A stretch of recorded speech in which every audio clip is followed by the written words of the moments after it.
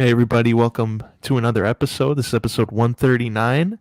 I'm Giancarlo Aulino co-hosting as always with Anthony Pagniello, Chris Martelli, and guys, I got to start this off as you see the picture there.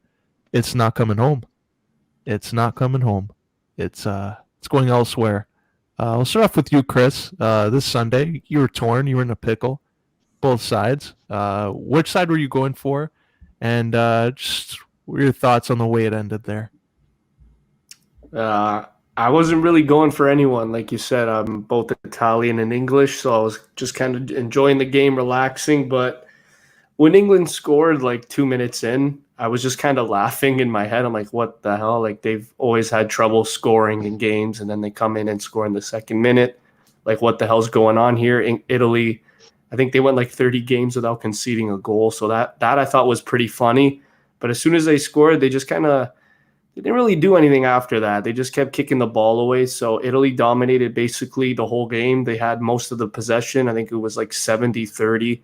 And then when it came to penalties, um, Southgate, he put the young guys in the 118th minute, Rashford, Sancho, and, just for the penalties alone, and it backfired and they all missed. And Donnarumma was at the end of it all. He was the guy to me that stood out the most. He was a superstar, and Italy got finally got their Euro, finally got their moment. It's not going home, but it's going to Rome.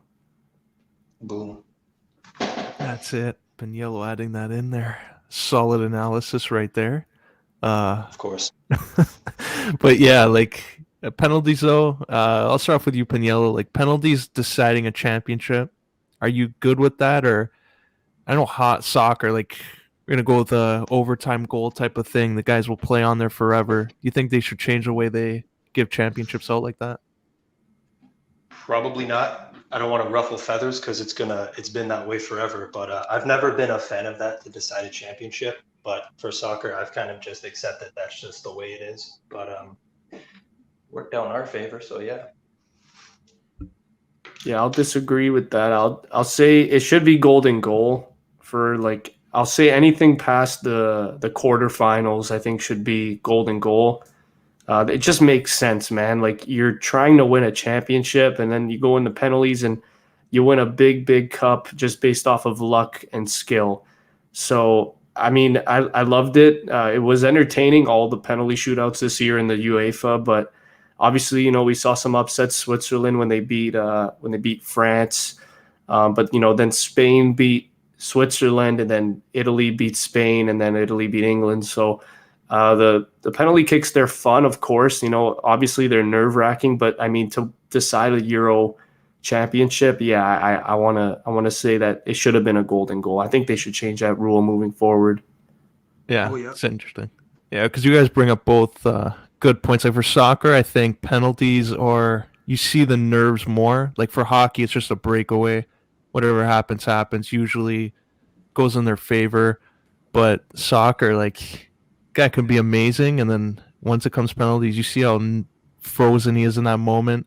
Skies it over the crossbar. So it's an interesting debate there. But we're gonna move on here to the rink. And Chris, I know you got some rumors going on there, so take it away.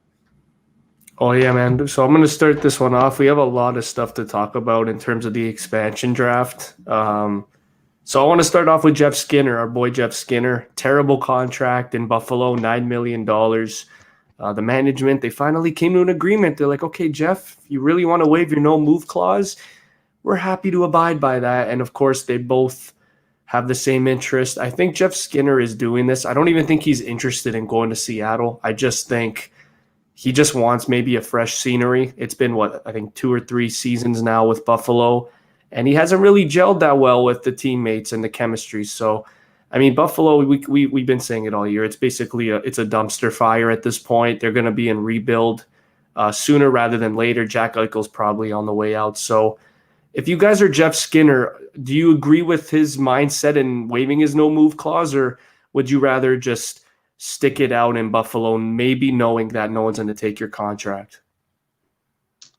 I agree with his mindset, but like it doesn't really change much. It's just the option if they want to pick him up. I don't expect anyone's going to because, like you said, that contract is just criminal. But I don't look much into it. I don't think Seattle will pick him up, but yeah, to me, it's just a regular NHL move here. I think he's staying put in Buffalo, but whether the contract, what is it, 4 years left, 4 or 5 years? I don't know if that's going to stick, but yeah, to me, I don't think Seattle will take him.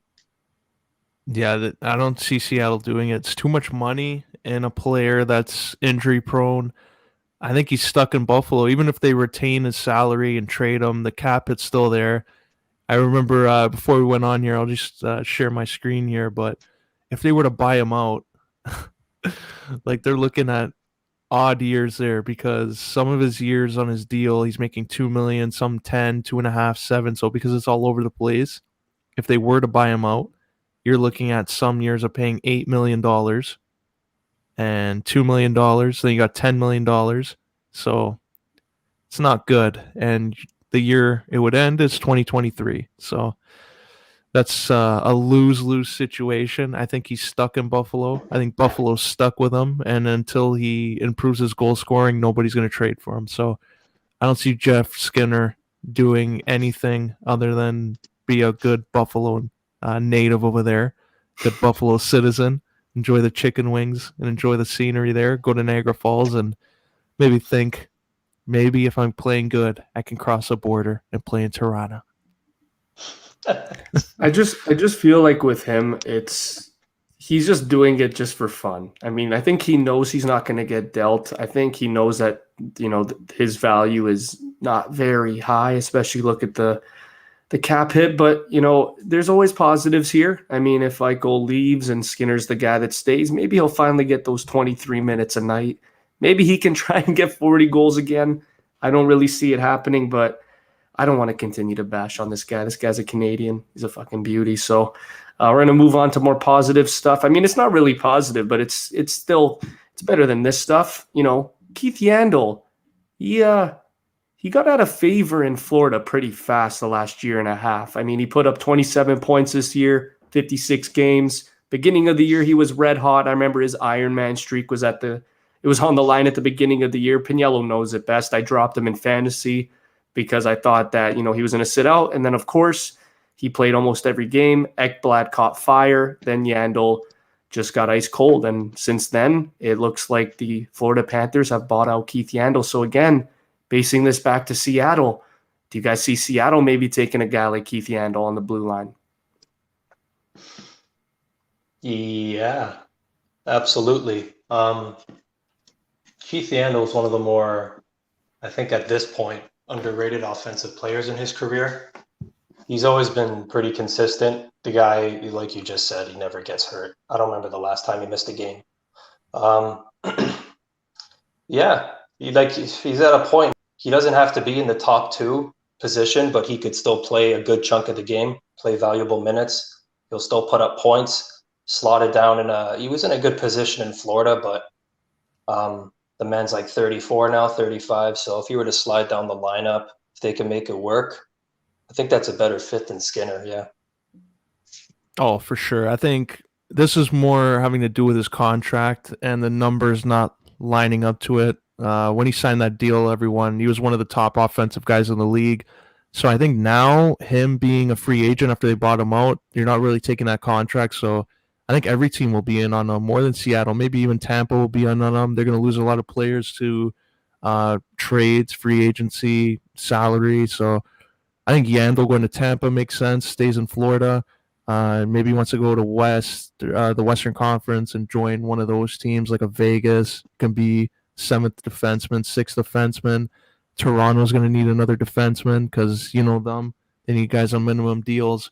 And maybe a team like Detroit wants leadership, bringing Keith Yandle, that would make sense. So I think he's not going to find a problem getting a team to offer him a deal. It's just going to come down to him picking the right fit. If he wants to play more minutes a game, does he want to be on the power play, or does he just want to be an extra defenseman? So it's going to be up to him. I think as well, you look at a guy like Keith Yandle. I don't know if the falling out of favor just came based on his ego or his confidence at times, because I know they were always really, really keen on Aaron Ekblad being the number 1 offensive option at some point. And we saw Ekblad Obviously, he always puts up 10 goals every single year since coming in the league, but the points were never really there for Ekblad. At least still, he does have the potential, but Yandle was the guy that always put up about 50 points a game, never missed a game. So maybe it was his ego, maybe he didn't check it at the door at a certain point, and maybe the management kind of looked at that and said, okay, well, this guy can maybe be replaceable. He's now 33 or 33, 34 years old. So maybe that's what happened. But I think this is a big get for Seattle. I think if you really want to go and get that veteran type defenseman, I think Keith Yandle's the guy I'm circling without a doubt. But of course, we got to talk about another guy. He was just in the Stanley Cup final. This guy, one of the best Canadian-born defensemen to ever play the game, Shea Weber. Apparently, he might miss next year with multiple injuries. He hurt his ankle. I think he fractured his ankle. I think that's the main injury. But I guess I'll start this one with Aulino. What are your thoughts on this news? And do you, if there is a buyout here, do you see the Kraken maybe taking a guy like Shea Weber just for that locker room presence? I hope it's not like truth. Like I hope it's just a way to get over the contract. But like Weber, big fan of his. Still performed well, even though they were outmatched against Tampa. He's still a top defenseman in the league. So if he's a free agent, I want the Leafs going after him. That's a guy I want. I know Suter's available. Maybe a team's going to reunite them both. Maybe they both go to Nashville if they're free agents, and Weber sits all most of the year, comes back in like February. But I think he's got a lot left. I don't think his career is over. We've seen these kind of rumors pop up even last year. I think there was a writer that wrote that Weber was probably having to retire because he got an injury and then he was practicing like 2 days later. So we'll take this with what it is until you see something from Weber saying that he's out or that he's retiring. I'm going to be a little hesitant on Weber. Same thing with Yandle, really, what you just said. Like, I think every team in the league, if they were to buy him out, hypothetically, I think every team in the league's going after him. A guy like Shea Weber, even if he's a fucking quarter of what he was, just what you said before, that locker room experience, that huge body on the ice, he's still got that fucking cannon. So hope he doesn't miss the year. Hope he can get better. Guys, he's still unbelievable. So, yeah, I think every team in the league, man, for Yandle and for Weber should go after them, assuming a buyout happens.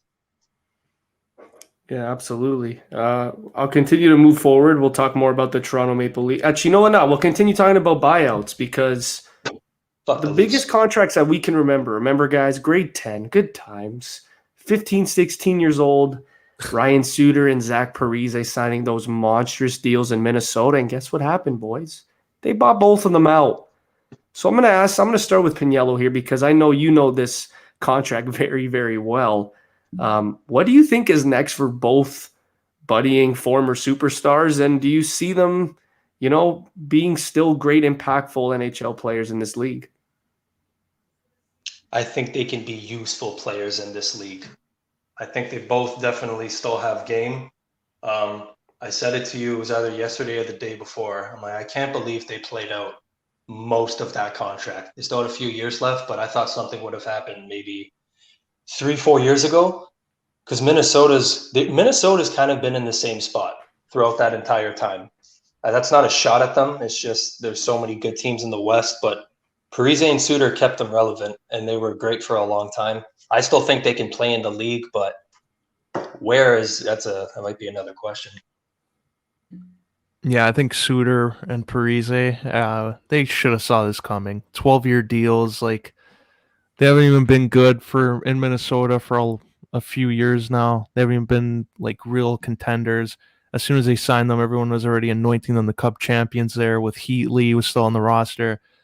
I don't see this going any direction for Minnesota that in a positive route. They have Kaprizov holding out, so yeah, this team's going to be a lottery team. I think Weber, if he gets bought out, Suter and him will probably link up a little bit. Parise, I think the Islanders, they had that trade from before, so he's going to reunite with Lou and all those New Jersey Devils teammates he had. So I see Parise going there, and Suter is going to be up in the air.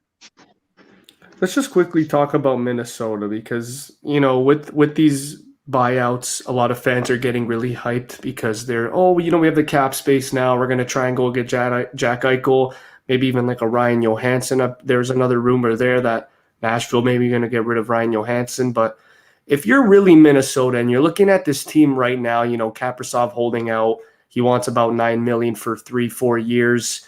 Absolutely ridiculous. I love the guy, but do that another 2 years and then I'll give you 9. What are your guys' initial thoughts on Minnesota? I know they have Fiala. I know they have Greenway. They have Eriksson Ek. They have a couple nice pieces, but in terms of that star-studded forward, do you see anybody really wanting to go to Minnesota? Or do you think they just genuinely have to organically do it through the draft at this point in time? They got to organically do it. It's nothing against Minnesota. I've never been there. But, like, when you look at their history, other than Parise and Suter, like, do any big names really go there? Like, a lot of teams are in the same situation. Like, Columbus is in the same situation. No one fucking goes to Arizona. If they do, it's because of the weather. No one's going to Florida. Minnesota's one of those teams. Like, Aulino just said it. They're kind of on the verge of a rebuild. I like a lot of their young players. I don't think they're good enough. So I think I'm more in that direction. But, like, I don't see how they're going to get a Jack Eichel trade going on. But there are a lot of pieces on this team where they should be here for the future. So there is that. Yeah, you said it there. I think like Fiala, Greenway, you don't have so many guys that could win now. It's going to be a gradual rebuild process. So I think you're going to be a lottery team again, or not if you're not at the bottom of the league. If Kaprizov comes back and he doesn't get traded or go to KHL for a year, I think this is going to be something where you're looking at the top 10 in the draft order. Maybe you scrape in there and get up top 5, but this is a rebuilding team. Yeah, absolutely. It sucks to say too, but like it's one of those things where if you're a Minnesota fan, it's like a change of the tide. It's like when Ottawa traded Mark Stone. It's like when they traded Carlson.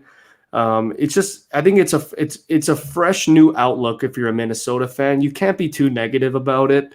I mean, they just figured out that they potentially have a number 1 goalie in Kaapo Kähkönen, so that's good news for them moving forward. But yeah, other than that, I agree with what you guys have said. Just generally, they don't have enough. I know that there have been a couple free agents that have gone there in the past, but they're no stronger than like a third line player. So I do think the most likely option here is, of course, organically draft. Get a top 10, as many top 10 picks as you can in the next 3 years, and maybe if you can get a guy like Ryan Johansson, who's, what is he, 29, 30 now. I know his cap hit is a little bit inflated, but I think, he can still bring some value to this team. He can maybe, teach the ways for Joel Eriksson Ek to maybe groom him into becoming that number 1 center one day. But I think it's all blue skies for Minnesota. I know that they haven't really been as successful the last decade as they maybe hoped when they got Parise and Suter, but I mean, there's really not a lot of negatives, I think, with this franchise because there haven't really been a lot of positives. So that's just me. But moving on, I want to quickly talk more about the Leafs. There have been a lot of buzz around who they're going to keep with this expansion draft, who they're going to let go. And the one name that continuously comes up and the guy that's probably gone is Alexander Kerfoot. I'll start this one with Pagniello. After what you saw from Kerfoot in the playoffs, after John Tavares going down, is it safe to say that Kerfoot could probably be a top 6 forward in this league? And if so, like, is it going to be painful for the Leafs if they let this guy go? I don't know if it'll be painful. I think it's just, he's a nice player, but when you look at like Matthews and Tavares and Marner and Nylander, you just kind of accept it for what it is. I think he's one of those guys. It depends on the situation. He could be a top 6 in some situations. I think he's better suited as like a third line winger, maybe second line winger, but I think in the long run, you might look back and be like, oh, the 30, 40 points would have been nice on the third line, but the Leafs have a ton of skill. I think they can make up for it in the long run. And if Kerfoot were to go, I'd wish him well. He solid 2-3 years with us. So yeah, he's a good player. Yeah, good player. Loves his family. But yeah, you have to have some roster turnover. You can't have the exact same roster as last year that failed to get past the first round. Because if management did that, there'd be constant heckling from fans. You'd be everyone booing and stuff. It'd be showing that you didn't do anything to address your issues. So I think Kerfoot, they're going to look for a trade with him, maybe for like a second rounder. Maybe if they can package him, move up in the draft. But you have to get someone different, even if it's one player at left wing, center, just to show fans like we did something different here. We found another player, but Kerfoot's probably on the way out. Like Thornton's probably on the way out. They signed Simmons again, so that makes sense. We don't know anything yet about Galchenyuk, but these minor moves are going to hopefully lead to something positive for the team. Yeah, another big name that we really, I don't want to say this, but we have to because it is realistic. We're now in an expansion draft here, and Zach Hyman, man, this guy wants about $6.5 million, and it looks like the Leafs are going to let him walk, and they're going to let other teams offer him a contract. Is this safe to say that Zach Hyman is now no longer going to be a member of this team? If 6.5 is actually the number, then yeah, I'll say he probably walks. But good for him though, because Zach's one of those guys, whether he's on the first, second, or third line, he always makes an impact. So he does a lot of things out there. He may not score as much as most guys making that money, but he'll make up for it with his defensive tactics. So I fucking love Hyman. I would love to keep him, but if that's the way it is, like I said before, with all of our other skilled forwards locked up, that's the way it has to be, I guess. Yeah, I think this is agent and the team. I think Dubas finally has to put his foot down. He can't just be giving everybody these $6 million deals. I'm like, okay, sure. We have to go into this meeting, and if Zach Hyman, we all love him, we all want him to be a Leaf, but if he asks for $6.5 million, you got to say, okay, why? And if he says, look at my goal scoring, look at this, I do more than Matthews, Marner, and whatever, then you have to turn it on him and say, okay, so you think I should trade Matthews and Marner? If he says that, and if he says he's better than them, then I guess that's where you draw the line and say, okay, well, walk and prove it elsewhere and use that $6 million to go after Taylor Hall. So I think that's something where the Leafs are they have other moves up their sleeve. And I think Anderson and Hyman, if they choose to leave, that frees up about $10 million that they can use. So I'm interested to see what Dubas does with it. Yeah, another thing, too, that kind of surprised me was the Dermot signing. I love Dermot, but I just thought that was the kind of guy that, we kind of inevitably thought he was gone, and we re-signed him. I don't know if that was just us being cautious, just in case, we let Seattle get him for free. That could still maybe even be the case. We just sign him just so we don't protect him and he goes. I don't know, but there have been rumors that the Leafs have been looking to re-sign Bogosian and Anderson. They've aggressively been calling and contacting them. So, I mean, I know those contracts are probably nothing. Maybe Anderson will probably want more like $4 million a year because he did say he would take a pay cut. But Bogosian probably $1 million at most. But at this point in time, I mean, I'm trying to save as much cap as I can to bring back a guy like Zach Hyman, because a guy that we remember so well from that 2016 that famous goal, downtown Connor Brown, man. I'm missing that guy, and I don't want another guy like Connor Brown, like a Zach Hyman, to just walk for free. I know it happens, but man, if I'm Kyle Dubas, that's a guy that I don't let go for sure. Is Zach Hyman? I don't let it happen. What's the one team you can see him on? Because I'll say mine last, and it's going to piss both of you off. I say Edmonton or Calgary. I mean, just based on like the cap, I'll say New Jersey, but I just want to like, if it is Edmonton, I would not be surprised at all. I'll throw the Islanders in there too, just because of Lou. There it is. How fucking mad would you be if you went to the Islanders just because of Lou? Just because of that. That's all I was going to say.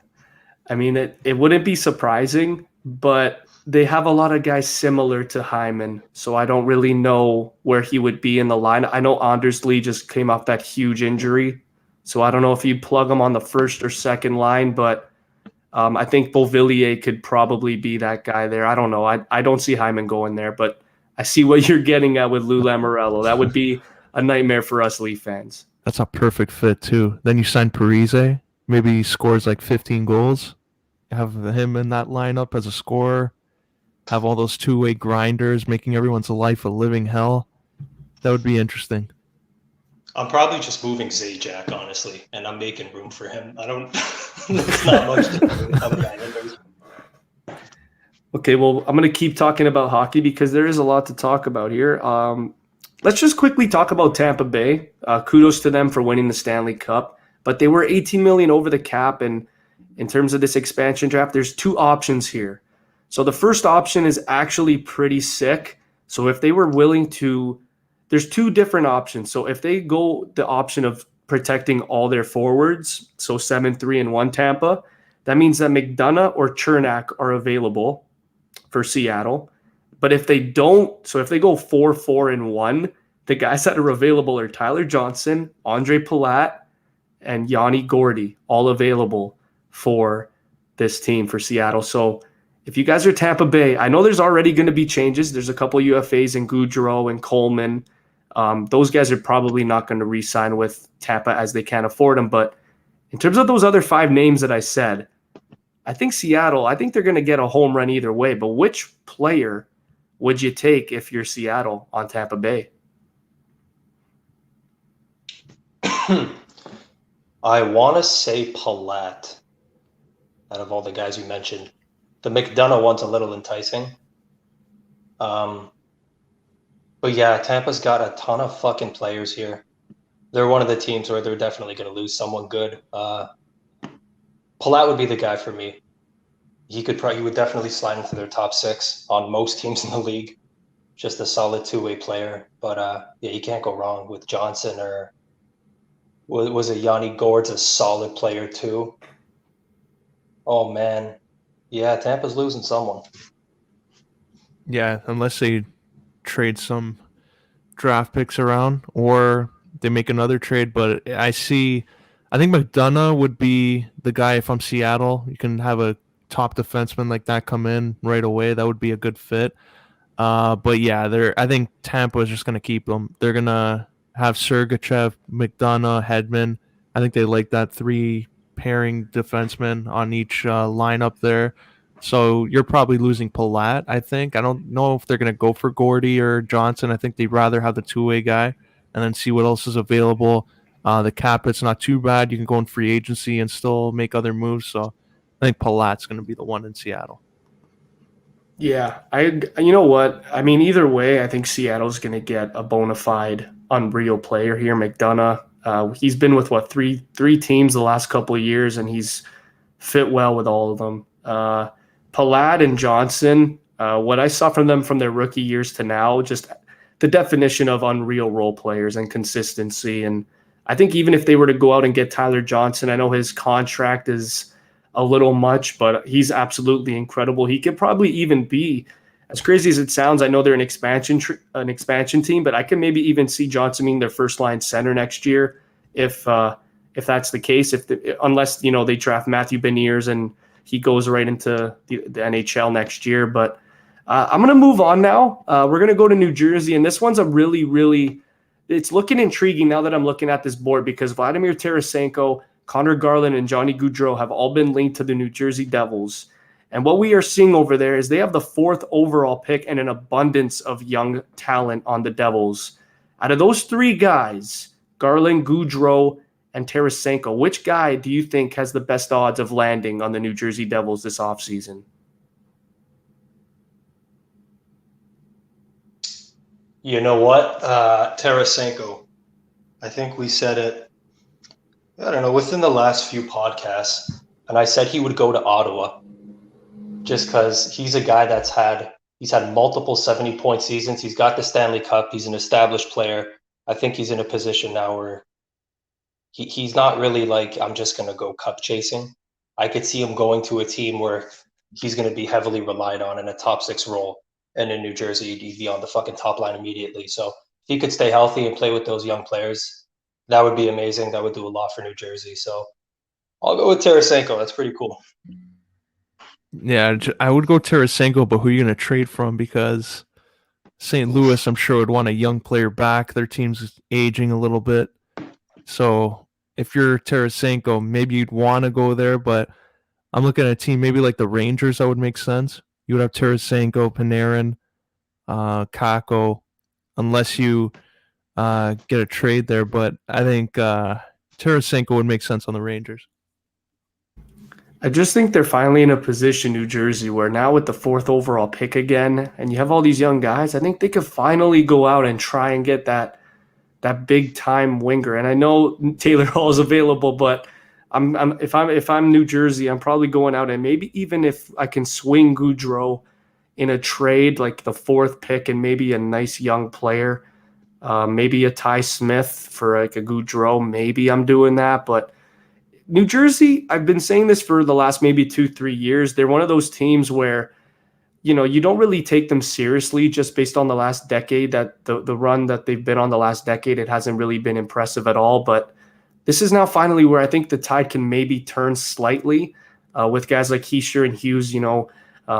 They're potentially going to be great first line, second line centers in this league, no doubt about it. Hughes took a huge step forward this year. We all visibly saw it. Pavel Zacha took a big step forward. We all saw it. So if I'm New Jersey, if you get a guy like a Tarasenko, does that maybe make them playoff bound, or are they still kind of a little bit of a ways away from being a playoff team? Because we have also seen that Mackenzie Blackwood could probably be a really, really solid number 1 goaltender in this league. It puts them in the mix, I think, but everything's got to go right for them. Like you were saying, like Hughes and Zacha took steps, but they got to continue to take steps. Like with Hischier and Hughes specifically, like the breakout's got to be next level. Everyone's kind of waiting for that next level to both their games. They're obviously still very young, but if they can get going and assuming they get one of those big guys and he produces, and their defensemen are consistent, maybe. I still think they're ways away, but the potential's there where if everyone's on and everything goes right, maybe they could squeeze in. Yeah, I think they're in the mixer with Philly. The Rangers, I think, are a lot further up than them. Columbus, I think, is going to take a step back, so maybe you're in that little area there. But I think Jersey, it all comes down to who else they get in free agency. Like, you can get Tarasenko coming in, but like you have Subban in the back, you have all these other guys that still are unproven, that still need to take another big step in their career. Jack Hughes, like we need to see more out of him to live up to that potential. So I think it's possible, but yeah, like Pagniello said, a lot of stuff has to go their way. Well, that's it for hockey. You guys have anything else to add? Go Leafs, go. That's it. All right, now I'm going to kick it to Aulino because, as we all know, this Sunday, it's Money in the Bank. It's one of the few pay-per-views a year that, I genuinely care about. I just love the whole Money in the Bank idea, just how someone in the future gets that title shot and it can bolster someone's career. So I'll pass this one to Aulino. Aulino, what's the card looking like, buddy? Yeah, so they got the Money in the Bank ladder match, men and women's. The men's, they got Ricochet, John Morrison, King Nakamura, Kevin Owens, Drew McIntyre's in there, Seth Rollins. I don't know. Who do you guys think Morrison? I know a lot of people were throwing this idea out. John Morrison were to get help from The Miz. He wins it. You establish him, and then when The Miz is ready to come back later in the year or early next year, you can have Morrison maybe and Miz for a title, or turning on The Miz and they go and have their own program. Would you want to see something like that? Man, yeah. I think we were kind of talking about that before leading into Mania, but like the other way around, when The Miz had it and then they should do something with them. But like the same thing would happen if Morrison were to win and then an eventual heel turn. If they could go at it, like it's been teased since 2010 and we thought it would have not happened by now, but we thought it'd be in the works when Morrison came back in 2020. So The Miz and Morrison, regardless, whatever they do, their money. If they were to go in that direction, I am all in. Yeah, this is the first time I think, I want to say actually ever, maybe since 20, maybe 2014 or 2015 that I could see almost every single guy winning this. Like Ricochet, he's been a guy where he's been underutilized, it seems like the last 2 years, ever since the Brock Lesnar feud. He's just been underutilized, and it's so, so sad. John Morrison's another guy. Absolutely love the guy. He's a vet. He's been battling with this storyline, like what we said with Damian Priest. He did a great job in that whole feud. Matt Riddle, man, doing his best work right now in his whole career with Randy Orton. There's rumors that Randy Orton might come out and cost them and lead to a SummerSlam match. I really hope that's not the case. The one guy I actually don't want to see win this is actually Drew McIntyre. I think this is a guy where you got to kind of ease it right now. He's been in the title scene for a long time. The guy I actually want to see win this the most is actually Big E. I think this is where you start. I think it also makes sense. You have Kofi Kingston versus Bobby Lashley for the WWE title at the same event. So if Bobby Lashley were to maybe beat the shit out of Kofi Kingston and like squash him, I wouldn't be surprised if Big E maybe winning Money in the Bank earlier on in the night to come out and maybe cash in. It doesn't seem so far-fetched. So I like everybody involved, even like Seth Rollins and KO and Nakamura. They're X factors in this match, but I'm gonna go with Big E here. I think it's finally his time to get that main event push. You know how over the years how we would say this would be Kevin Owens' time, and then he never ends up doing anything in these kinds of matches? What if this was the time where he were to win? Would it be like, why are they doing this now? Or would it be like a finally kind of moment?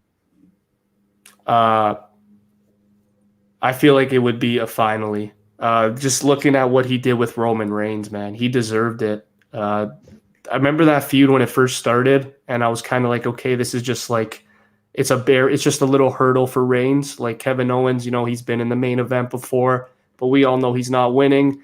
And man, those two matches they put on, especially at the Rumble, I remember for sure, that was incredible, that match. And Kevin Owens, at times you actually believed he was going to win. So if he could put on a similar performance that we saw in the Last Man Standing match against Roman Reigns, then yeah, I think it's finally deserving. But I still think there's something going on with Sami Zayn and KO.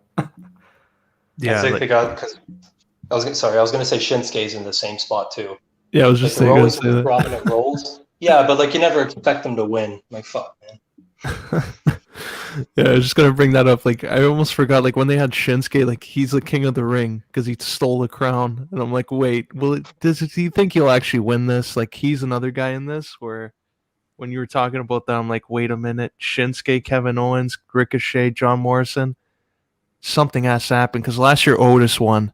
And I know they did that just to maybe get their thing trending because the Last Dance was going on at the same time and just to get them on Twitter because everyone would be like, what the fuck? How did Otis win this? Everyone talks about it and they're the number one trend. But I like the Big E idea. He wins it earlier in the night. Bobby Lashley closes and then he just comes out, challenges them. They have another like 15-minute match and see what happens. But the way this whole Edge Roman storyline is going, I have a feeling maybe Seth Rollins wins it, and this is his way of inserting himself in that. So I'll go Seth Rollins, taking Money in the Bank. It's a win-win regardless in my eyes, other than Drew. I feel like if Drew wins, this is where WWE really gets shit on hard by the universe, like by the fan base. But I think with everybody else in the match, you really can't go wrong. Like maybe you'll scratch your head with a Nakamura in the moment, but like you just look at it and it's like, yeah, you know what, it could work. Maybe Nakamura is that, you could build him up again like how he was in 2018, again going up against the Roman Reigns. That'd be absolutely must see. So, I mean, I could see Seth Rollins winning too, but I just want to go with Big E, just maybe something a little more fresh.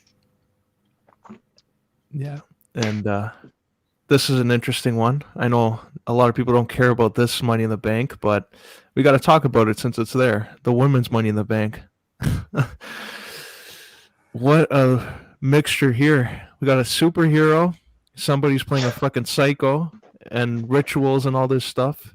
And we got the same old in here. We got Asuka, Naomi, Natalia, Zelina Vega. Who are you guys rolling with in this, and what do you think's going to happen? Oh my God. Give me Zelina Vega. Because that's the newest thing that's been happening, I guess. She's been gone for so much. Oh my God. It's felt like she's been gone for a year now. She just kind of reappeared recently. So she's got the most buzz. I don't know what the hell Natalia and Liv Morgan are doing. I think the only one really is Alexa Bliss and Asuka. Everyone else in this match, I don't think anyone's seriously looking at. I'm going with Nikki Ash to win this match. Oh my God. It's fresh. It's new. Nikki Cross has never looked better too. So I'm going to go with her here. The whole superhero dynamic. I think they're going to go full on with Nikki Ash taking on Charlotte Flair whenever that is. So I'm going with Nikki Ash winning the Money in the Bank ladder match for the women. Yeah, when this was announced, I was thinking maybe Alexa Bliss with this whole character. She'll add a Money in the Bank briefcase to that playground bullshit that they're doing. I don't know, but I'm going to go off the board here. I'm going to say Eva Marie gets in the match and just climbs the ladder and takes a briefcase without actually being a competitor in it, and she'll be a women's champion. I think that's a perfect way to generate heel heat. Make Eva Marie have the briefcase. Well, shit, it sounds familiar. I felt like you called that before. Brock. Uh-oh. There was a couple of days ago, it was WWE posted Tony Storm's going to be debuting on SmackDown. And when you're reading the names of the people in this Money in the Bank match, I'm like, that's perfect fucking timing. They got to insert her at some point. Yeah, I was going to say, out of the to be determined or to be announced, it's either Eva Marie or it's Tony Storm. It's one of the two. And either way, or it could be Sasha Banks, but I don't see it being her. They just need more help. That's the goal. Well, another match here. This is actually a surprise. So on WWE.com, which I'm on here on this side of the tab, usually they have in that big section there, that's a main event. And I thought maybe Roman versus Edge would be the main event, but the way they're having it here, it makes you think that Kofi versus Bobby Lashley's a main event. So could they be teasing something here? Could Bobby be going over at the end of the match? He cuts a similar promo like we saw on Raw and Brock Lesnar shows up, or do you think this changes by the time it's Sunday? I think regardless of the match result, I think after the match is going to be astronomical. It doesn't matter if it's going to be Brock Lesnar coming out, if Kofi Kingston somehow pulls out a win, if Big E comes out and cashes in, if somebody comes out and cashes in. I think it's happening either way. I think just based on what we saw from Lashley with his heel promo on Monday, I feel like that's literally sending a message to all the participants in the Money in the Bank and saying, well, I mean, if I'm those participants, I'm going to be like, okay, this guy is super cocky. So I'm just going to, as soon as his match is done with Kofi, I'm going out there the same night and I'm going to cash in. So regardless of who wins Money in the Bank, I think that the winner is cashing in the main event that night. I think that person's entrance music will hit, run down the ramp, and then tease it like we've seen the last 10 years and not cash in. Boom. But as for the match itself, it's going to just be a fucking car wreck on Kofi's side. He might get a little rush in, but I could see Lashley killing him in maybe 5 minutes. Oh, yeah, it's going to be a squash. If Big E was to win the briefcase, let's say it starts off the night, Kofi wins, just barely. They come out to celebrate, and that's when Big E just fucks him up and takes his title. That would be insane. Oh, Aulino. Disconnected? This guy just disconnected. Oh, well. Oh, there he is. Nice Yeah, so man. About Big E there. If Big E were to do that, oh my God, that's better than Seth Rollins turning on the Shield. That's even bigger. That's huge. That's astronomical. That's one of the biggest stories of the year for sure if that were to happen. I don't know if they do that at a Money in the Bank. I think they would maybe save that for a SummerSlam, like what they did with Orton and Bryan. But if that were to happen, Aulino, holy shit, that's absolutely A plus plus. That's unreal.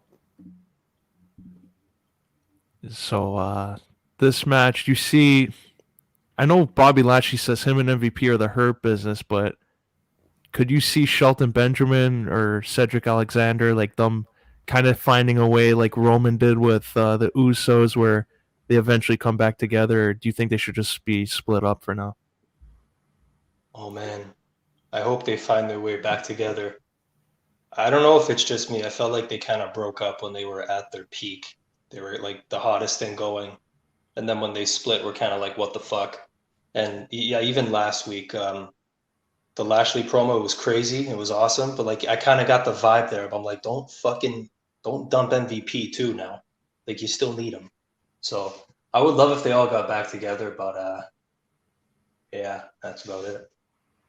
Yeah, at this point in time, I love what they're doing with Lashley's character, how he thinks he's just bigger than everybody. And he kind of is. He's the WWE champion. He's been dominating the last like 4 months. So I don't blame him. I don't think he needs to dump anybody, but I don't really want him to go back with everyone either. I think him and MVP, what they're doing right now, this duo dominance of power, I absolutely love it. I think this dynamic is working wonders for Lashley and MVP. So I'm not changing it, man. I'm just sticking to this narrative, how he's just a powerhouse champion that's so cocky and arrogant, and I absolutely love it. I think Lashley's retaining this title, and I think he's keeping it for a while, I'll say.